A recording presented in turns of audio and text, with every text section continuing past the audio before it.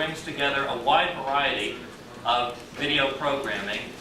Everything from movies, feature films, to music videos, to news, to movie trailers, to television shows. We cover the waterfront with our traditional programming. We're rapidly building that out, adding new programming on a weekly basis. We're excited, for example, to be bringing a technology show to our network, Dave Chalk's Computer Show. On a regular weekly basis, we're adding new video content to that traditional part of our business. But we call ourselves a two-way video portal because besides the traditional one-way, top-down TV tower broadcast model that many of the folks at this conference and many of the traditional media organizations are pursuing, we've also pioneered the other part of the equation, which is using the Internet's networking capabilities to allow for the first time in history anybody to broadcast their video out to the rest of the world. And indeed, we feel that the ability to share video and for everyone now to basically use the powerful medium of video to communicate to a global audience is really the most revolutionary part of this streaming technology. We're extremely excited, therefore, to be introducing our personal video channels. This is a technology we pioneered that lets anyone upload important videos that are important to them. For example, here's a video channel where somebody has uploaded some extreme fighting videos involving their cats. And we'll watch those in just a second. Basically, what the personal video channels allow you to do is they allow small businesses, nonprofits, churches, schools, educators, individuals, filmmakers, everyone basically, anywhere in the world, to use this incredibly powerful medium of video to communicate. And whereas it's been possible ever since Gutenberg invented the printing press for the individual or the small business to use text, really the distribution barriers were so huge in video before that that was reserved for large media organizations. But now, using our personal video technology, it's possible for anyone, anywhere in the world, to basically start their own video channel and begin building their own video empire on the internet. For example, here is a channel started by somebody from Italy who has uploaded to the channel what's in essence an advertisement for a local pizzeria, only in Italy. They've actually done some pretty nice what's called claymation to advertise their pizzeria. And at the end of the day, I think if anyone's got a cell phone here, and if you've got the ability to make long distance calls, you can order a pizza. I can't guarantee that they'll be open, and I don't know what the delivery time is. But basically, the personal video channels, for the first time, empower the individual, the filmmaker, people that were locked out of this powerful distribution medium before to broadcast their video to the world. For example, here's another channel, which was started by a filmmaker who has actually uploaded a full-length independent feature film to the channel. This particular video was encoded by that person for low bandwidth, so the quality we're not able to take advantage of the good connection we have here. But basically, what you see there is the same thing that you would see over a dial-up connection. Well, the incredible thing about this technology is it's just so easy to use. And in fact, I'd like to demonstrate how you can basically get your personal video channel going, start it literally in seconds, and begin building out your channel with content with only really less than a dozen mouse clicks. Of course, to get your personal video channel, you have to be a member of AOTV. This is a very simple process that involves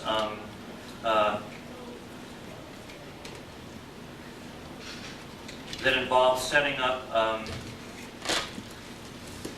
your account, and we'll just set one up very quickly.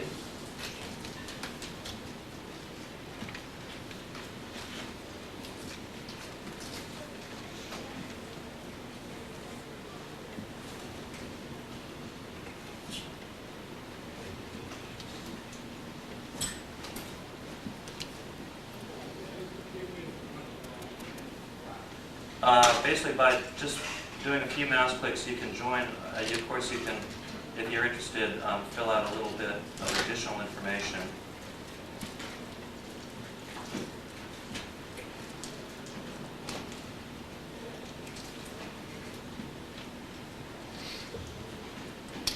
Once you're a member of Always on TV, to get your personal video channel is, again, just a few, takes a few clicks of the mouse.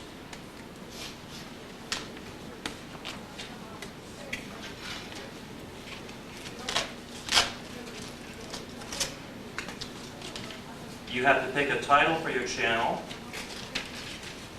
and why don't we call this 21st Century Kitten. And this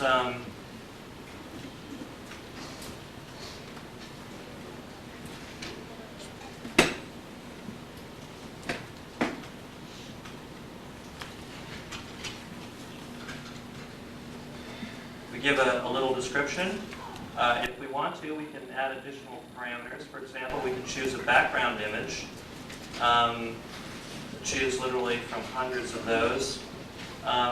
Since this has a kind of, let's choose a background image. And we've got a personal video channel, bada bing, bada boom. Okay, we've created our channel. The next step is just to create a video. And as you know, the penetration of webcams, such as this one, is growing rapidly. Already millions of Americans have them. How many people in this room have a traditional camcorder? Get a show of hands? That's pretty close to everyone, basically. It's probably about 80% in the United States. Now, the new generation of camcorders are shooting straight to a disc format. Right now, if you have an old-fashioned camcorder, you still have to run it through a video capture card. But then again, many of the PC manufacturers are including those with their PCs, including Sony and Compaq and Apple, for example, as standard equipment. Going forward, all of the video cameras will have that capture capability. So as soon as you shoot a file, you'll have it in electronic format.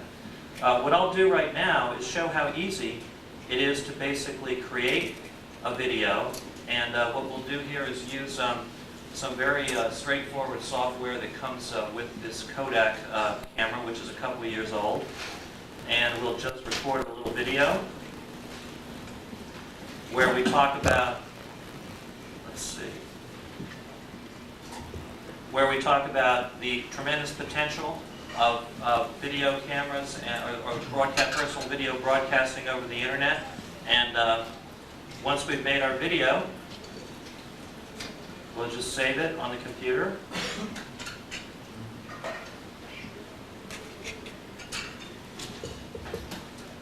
Once we've done this,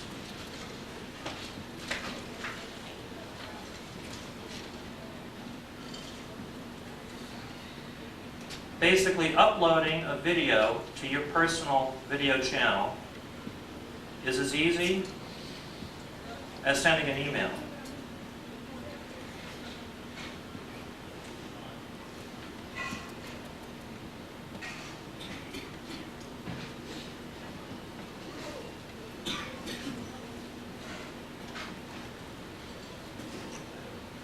It's just a matter of finding the video on your hard drive, and if you're like me, that can actually be the biggest obstacle. But there's that video we just made, and we upload it to our servers at alwaysontv.com. Now, this is using the standard video software that comes with the Kodak camera, which creates an AVI file. An AVI file is not ready for streaming, but we have technology that rapidly converts it. So,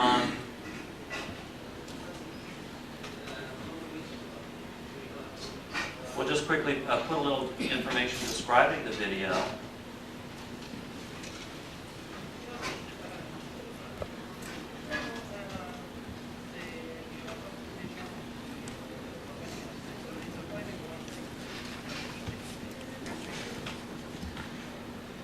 We have a system in place that separates out mature content to protect families. We can choose category or create a category. When we create a category called press conference or press. We will not password protect it to keep things simple. And you can watch that little indicator at the bottom. Our servers at this moment are converting that video from AVI into streaming format. That conversion is finished. We go to the personal video channel. And here is the video we made just a couple seconds ago, available globally for people to watch. So what we've done here is we've basically made it simple, taken all the work out of it, so that rather than, if you're like me, you may have shot a lot of video over the years on your camcorder. However, you've probably got it in shoe boxes or sitting around on shelves. For the first time, you're able to digitize that, get it all into one place up on the web, where you can find it, first of all, where you can tell people about, where people can see it. And when you've done that, you've gained the ability to show your video to people all over the world. And one of the really exciting things that we're very proud of with our technology is how once you've created your channel, you can also begin to, you can easily edit it. If we can find that, let's see. Hello.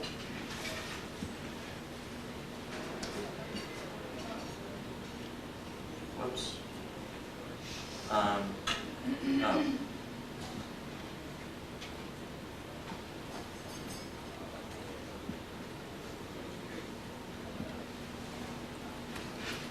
Okay.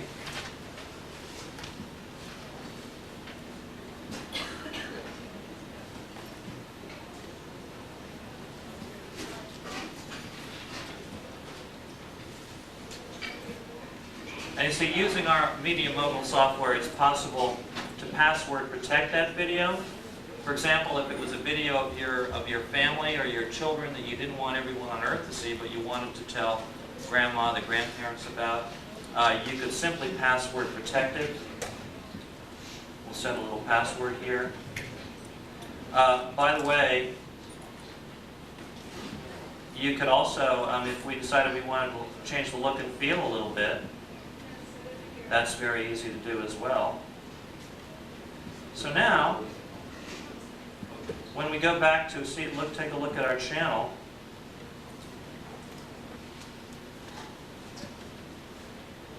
you see we've password protected it and we've changed the look and feel.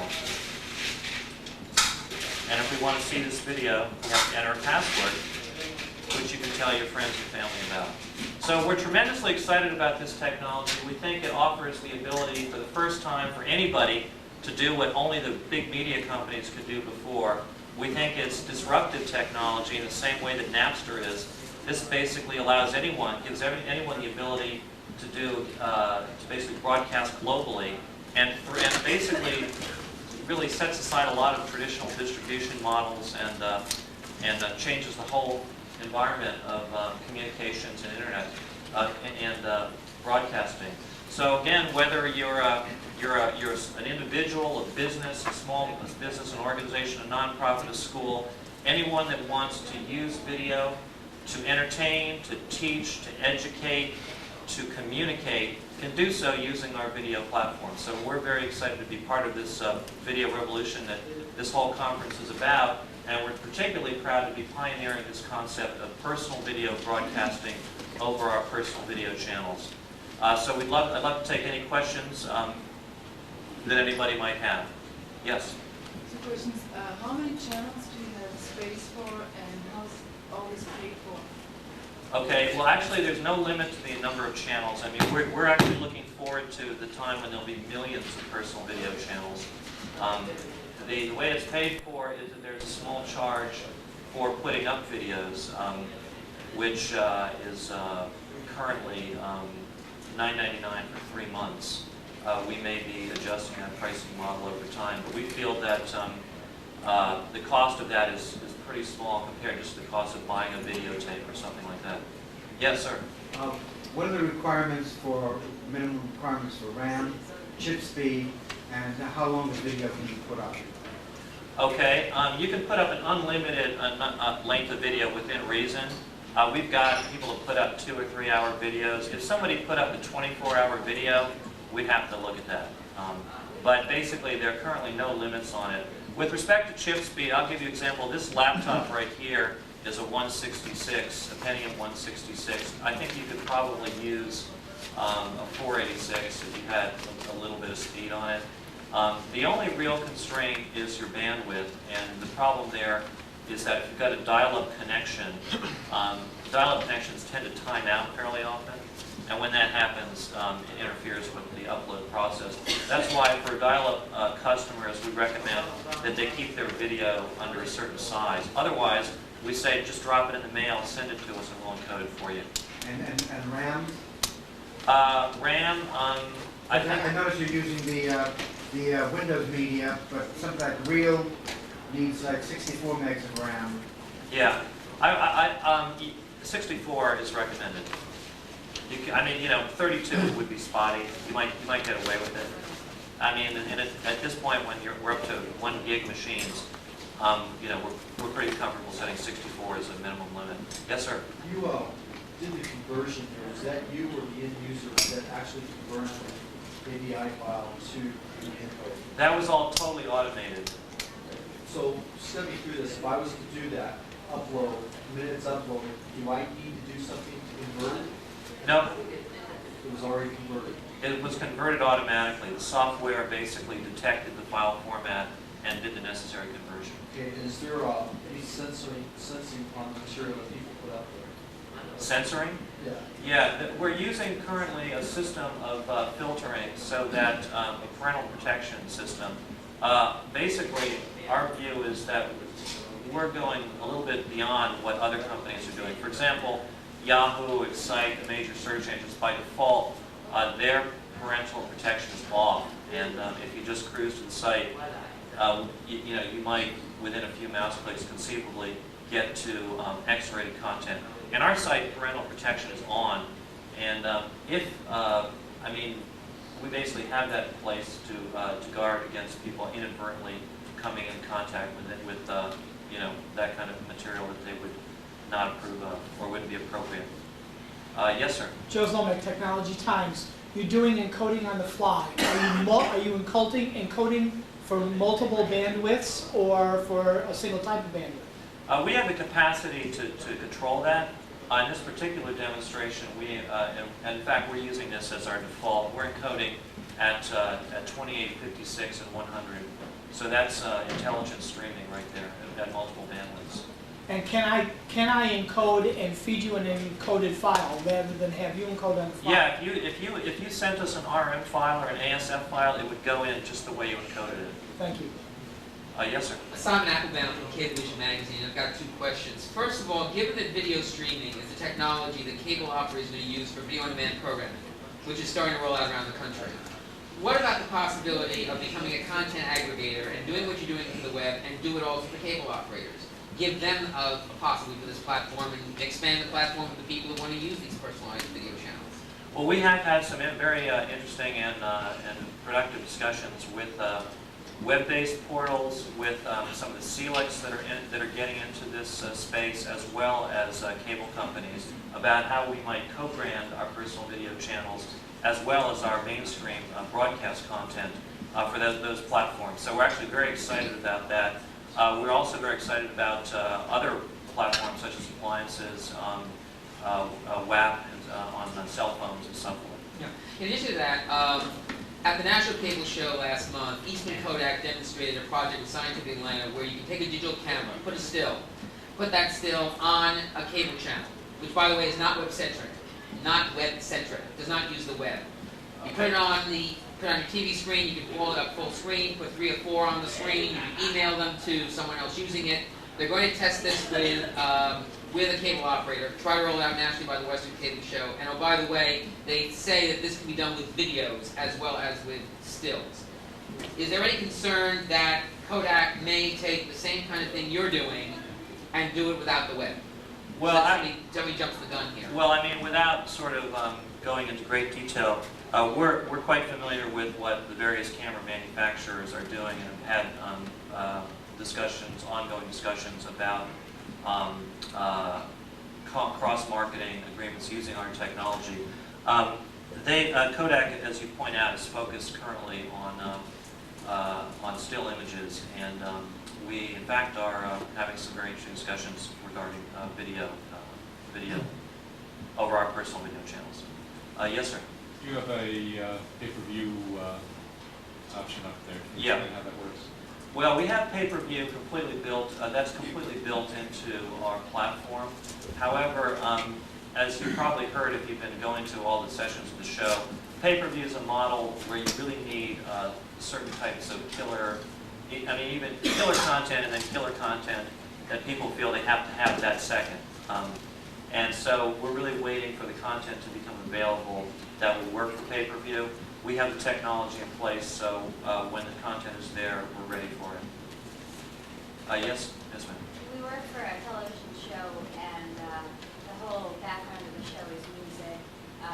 We have transitions, fonts, effects, graphics. How would all of that come across? And how close is this video to broadcast quality on television?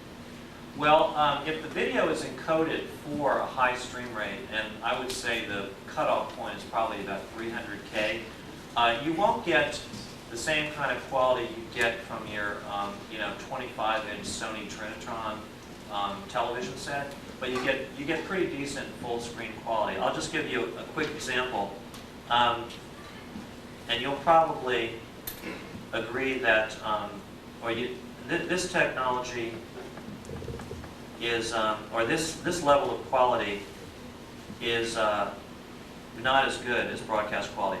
This is what 220K looks like, for example, and it's not bad.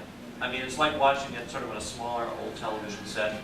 And again, once you get up to 300K, it begins to get even better. So, it's probably as good as a television set looked like 10 years ago. It's just the TV technology's gotten better, and this technology is getting better too. I would say in about 18 months, we'll see very good full-screen video at 300K. Other questions? The gentleman in the back. You. Who's backing you right now? Do you have announcements with partnerships right now? Well, on the financial side, we're privately funded currently. We have a number of partnerships with various players in different features of the business. We're private. We're not publicly. We're not a public company. Yes, ma'am. You were talking before about pay-per-view. Let's say that some users create content that actually other users are willing to pay for looking at. That's right. Would the creators of the content get some money, or would that all go to you? The pay-per-view? Well, we actually have pay-per-view built into the personal video channels, and that's very exciting. We haven't turned it on yet, but when we do, it will be possible for people to upload personal videos and charge others to watch them. We're currently contemplating providing the bulk of that money to the person that has the content and taking only a very small percentage as a handling fee. Yes, sir. Do people who view this have to pay to view the videos? It's, with the exception of the pay-per-view that may be coming on stream, will be coming on stream soon, it's entirely free. And this is your technology, Yes, your proprietary technology? absolutely. I mean, are you licensing it? We're in discussions about co-branding the personal video channels, which would be probably on a either joint partnership or licensing basis. But we're not currently licensing it, no. Other questions? How are you dealing with copyright issues, if at all? Okay, the way we're dealing with copyright issues currently is that we are basically looking to comply with the Digital Millennium Copyright Act, such that if any, we are not screening the videos one by one. We're not like reviewing them for copyright infringement. But if any copyright infringement were to come to our attention, we would take the video down. And we also instruct people when they look in the terms of service of the site that they are not supposed to upload copyrighted material. Any other questions? Do you plan on holding developer meetings, let's say, with people who want to do this, whether they want to make films, or they want to do interactive applications, let's say, ways to do it, ways to make it technically feasible, make sure, it's at full broadcast quality as possible, something like that? What we have been doing is reaching out to user groups that have a particular focus on video, the interaction between video and computers. So we're not holding currently any developers meetings per se, but we are reaching out to those people, those user groups. Yes, sir. Sorry, you may have mentioned it earlier. Are you charging per channel or per account? Channels are free, so you can start your personal channel right away with nothing on it, totally free. As you begin to upload content, the content is initially free. Try it out, see if you like it. At a certain point, we begin charging a small amount. We basically charge less to keep your video on our website than it would cost you to go out and buy a cassette and store it that way. Any other questions? Okay, well, I want to thank everyone for coming, and we really appreciate your support and are excited about this technology. Thank you very much.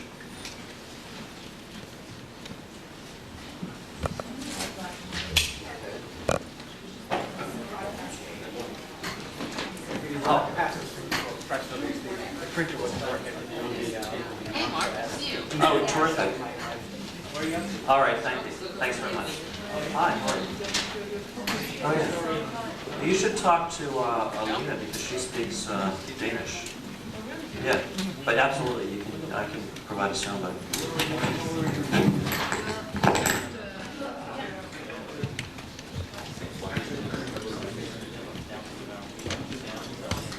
Right, the XB,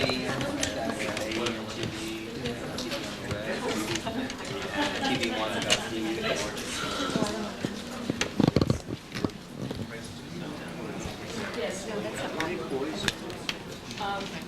And so forth with video on the internet in a way that used to require, traditional broadcasting, a lot of it involved making deals from station to station to station. You had to actually put together, a geographic network, and the internet changes all that. But let's say some of the big networks, are pretty conservative, but some of the affiliates, for example, that have produced stuff that they think, you see this as another kind of quote-unquote window for professional broadcasters? Well, let's look at movies. Yeah, I think that that the webcasting will be a window in the distribution cycle that will initially fall after home video, but I firmly believe within 5 years we'll actually be ahead of home video. In any case, it'll be in there. A lot of entertainment, or do you think more newsy, hard news is going to be on here? I think that we'll see something with the internet, with the video internet, similar to what we see with the text internet, which is that people will spend about a third of their time looking at traditional programming or well-produced content, about a third of their time interacting with other people. They're either their friends or people they've never met actually, and about a third of their time using it for utilitarian purposes of finding out information, a new product, watching the product video. So what is it that's unique that you guys developed? Is it the transactional part? What's totally unique are our personal video channels. We pioneered that, and we basically give the individual the ability to broadcast globally from their own channel that they control. And how do you where do you make your money? We make a small amount of money when people Hopefully basically it'll from be large. posting. Right, small amount per large amount as there are more and more people doing it. I'm going to pay you for you to kind of market my video? No, you just pay me to host your video on our servers. And how will people find it on your site? How will they find your site? Well, they will find, first of all, they will find our site. And second of all, they will find either by the large number of search tools that we have. If they already are familiar with your channel, they can just find it. We feature certain channels that we think are particularly interesting. If they're interested in a topic, pets, weddings, extreme sports, they can search for that. And through these various search tools, they can find, they can sift their way through a tremendous amount So of last content. bit, say I'm an affiliate in Boston, you know, when I just produced a 3-part interesting series on dogs, whatever. Right, And I'm an affiliate. I've aired it, now it's sitting on the shelf, right? right, Spent all the money on it, yeah. aired it, that's it. Would you see a business plan where I could ingest that into your system? You broadcast Well, that, there- and yeah. that could be new revenue generation for me as an affiliate? There are two things you could do. For professionally produced programming, you could actually contact us and we would put it on the professional part of our site. All right. But without even ever contacting us, basically from your own office, with a few clicks of your mouse, you could put it up on your own channel on the website, and you would have a web presence that you could charge other people to look at. Without even ever talking to us. It's entirely automated. And do you want a presence with the broadcast community? Absolutely. Yeah. Absolutely. Maybe I'll give you my card here. Oh, thank you. Maybe could, go ahead. Oh, thank you. Thank you, guys. Yes. There's, you know, every major broadcast from Televisa to CBC to ABC is a member, and Oh, absolutely. Yes. maybe if you haven't talked to some of the right people, we could bring them. I appreciate it. Thanks. Nice talking to you guys. It's our team. Hey, Chris Rob. TV. How are you? Good to see you. I noticed you were comparing your technology to the Napster disrupted. Yeah. Talk a little bit more about that concept. Are we on the air? Are we recording? It's not live. I'm recording. Okay. What's exciting about our technology, which builds on the internet itself, is it allows people to bypass what were, in many cases, traditional choke points in distribution. So, in essence, what we've allowed people to do is broadcast their video to the entire world simply by uploading it with a few mouse clicks, which, when you think about it, is phenomenal. Which, by the way, I did that this morning. Oh, did you really? One on your site. Oh, great, great. Which was pretty easy. Oh, awesome. Okay, cool. Yeah. Now, Napster is a great example of a technology that kind of was developed by a guy who still can't buy beer in California that caught the industry totally by surprise and is suddenly threatening to take away large enough chunks of the revenue stream that various people have been suing the company. I think with that, the answer to Napster is that the people that have all this archive of, great music, movies, and so on, what they need to do is they need to begin to get their stuff on the internet, and they need to do it in a cost-effective way.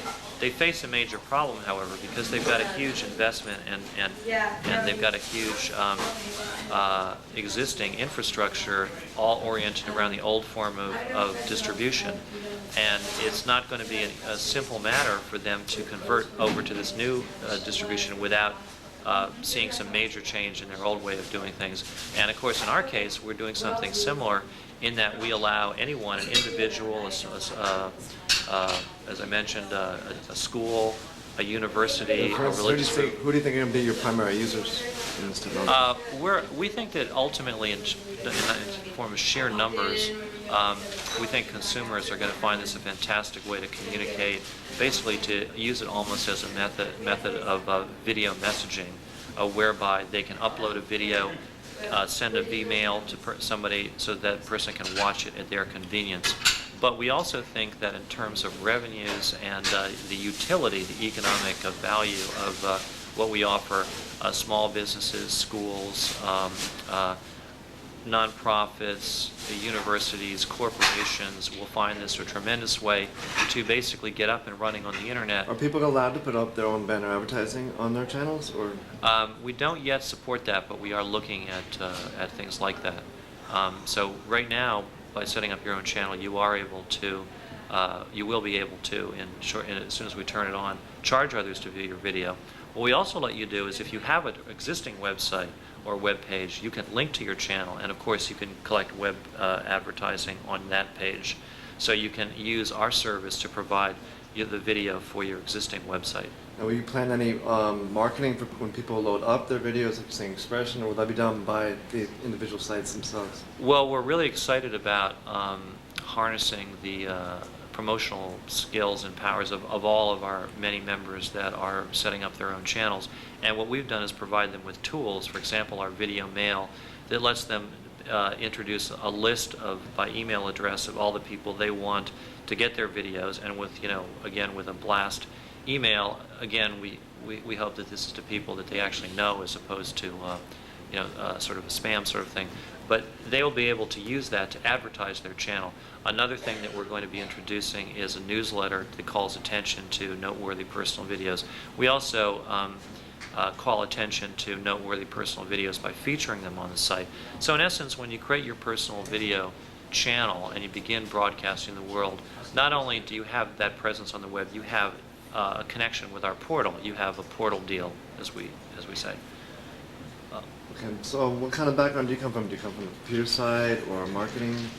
My background is from a management consulting side, and also I've written a number of books on different technology issues. I wrote a book that came out, published by Simon & Schuster in 1996, called The Coming American Renaissance, where I predicted that the economy would be very strong in coming years thanks to technology. I talked a lot about the internet.